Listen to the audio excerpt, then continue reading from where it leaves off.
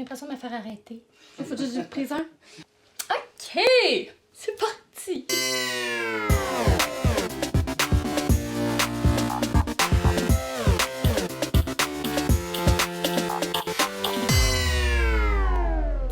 Bonjour tout le monde, j'espère que ça va bien. Pour ceux qui me connaissent pas, mon nom à moi c'est Amy Lalune, je suis youtubeuse. Cette semaine, c'est la semaine de sensibilisation à la dépendance et à l'usage de substances. Puis récemment, je vous ai posé des questions via les réseaux sociaux par rapport justement à la drogue, à la dépendance, et je vais essayer aujourd'hui d'y répondre au mieux de mes connaissances. J'ai fait appel justement à des professionnels pour m'aider à mieux répondre à vos questions pour que vous ayez toute l'information possible. Donc on va y aller avec la première question qui était « Est-ce que c'est dangereux de mélanger alcool fort et cannabis? » Depuis que je suis jeune, moi on me dit « Amy, mélange pas. C'est pas une bonne idée, évite de mélanger. » Donc j'aurais tendance à dire que ce serait mieux de pas mélanger.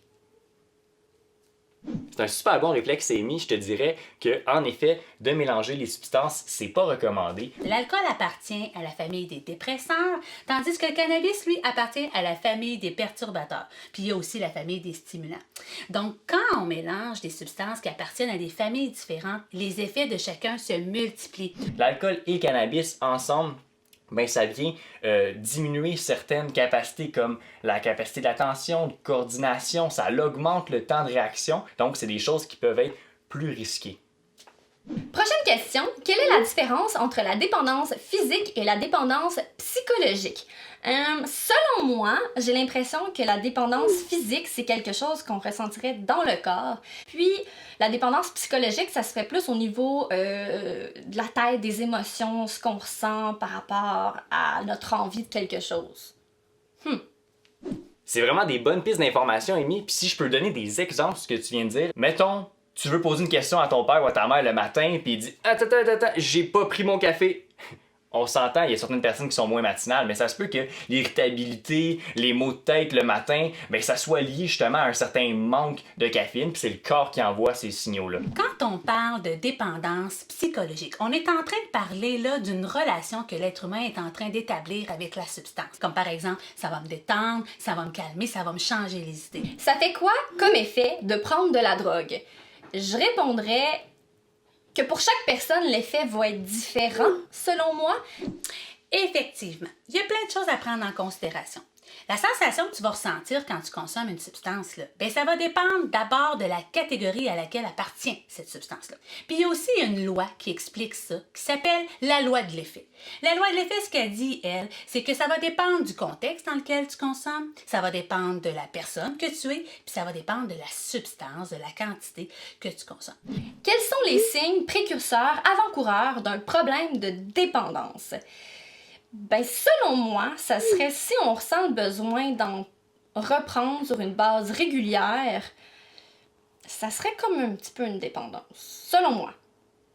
Ben Amy, en fait, il y a plusieurs indicateurs qu'on peut aussi observer, notamment, oui, au niveau de la fréquence, au niveau de la quantité qui est consommée, qui devient de plus en plus grande, au niveau des activités et des passe-temps qui commencent à tourner autour de la consommation. On peut penser à des mensonges aussi qui seraient dits sur le temps investi, sur la quantité d'argent investi. Ça se peut même qu'il y ait des conflits qui commencent à arriver avec les parents, avec ton chum, ta blonde, avec tes amis. Alors, prochaine question, les drogues, ça fait du bien ou c'est un moyen de s'échapper? En fait, là, de base, là, quand on consomme des drogues, là, ben, ça vient sécréter beaucoup de dopamine dans notre cerveau. Puis ça, la dopamine, c'est pas mal l'hormone du bonheur, hein, puis du plaisir. Donc, est-ce que ça fait du bien? Chimiquement, il se passe quelque chose quand on consomme. Mais moi, j'aurais le goût de vous dire, dans le fond, c'est sûr et certain que quand on consomme, ben, c'est parce qu'on est en train d'établir une relation. Ça vient répondre à quelque part à un besoin. Donc, il faut peut-être réfléchir à ça d'abord et avant tout. À quel besoin que ça répond? C'est un symptôme, la consommation. Peut-on mourir d'une forte consommation de drogue ou alcool? Oh, c'est une grosse question, ça. Ouais. En fait, ben oui. On n'aime pas dire ça parce qu'on n'aime pas avoir un discours catastrophique avec les substances. Mais oui, effectivement, ça a un nom, hein? Ça s'appelle l'overdose. Si je prends comme exemple l'alcool, il y a 4 étapes dans la consommation d'alcool. Il y a le ralentissement, l'endormissement, le coma et la mort. Ce qui est important à considérer et qu'on oublie souvent avec l'alcool, c'est que le calage, bien, ça peut faire malheureusement passer d'une étape à l'autre une personne. Parce que justement, il va y avoir une quantité d'alcool trop grande qui va avoir été consommée dans une courte période de temps. Prochaine question. Comment je dis non à une personne qui veut que je consomme? Je dirais à cette question-là, comme dans toutes les sphères de ta vie, si tu veux pas faire quelque chose, t'es pas obligé de le faire. Et la personne qui t'a posé la question devrait accepter ton non si c'est un non. Non, c'est non. Non, c'est non. T'as bien raison, Amy. Si j'ai un conseil, sois transparent. Tu le sais dire non. Un exemple, va faire ta chambre. Non. Pourquoi les personnes consomment de la drogue? Personnellement, j'ai l'impression que chaque personne a sa raison pour consommer de la drogue. Donc, les raisons vont être différentes d'une personne à l'autre. Mais vous? Pourquoi ressentiriez-vous le besoin de consommer de la drogue? Clairement pas pour le goût, en tout cas. On s'entend, il y a plusieurs motifs de consommation. Il y en a qui vont consommer pour des sensations fortes, curiosité, faire partie de la gang. Mais moi, j'ai le goût aujourd'hui de vous amener à réfléchir sur les fois où, justement, t'as pas consommé, mais t'as répondu quand même à ce besoin-là. Hein? Que t'as choisi une autre alternative. Puis si ça te tente de vivre des sensations fortes, ben, t'as-tu déjà essayé ça du bungee?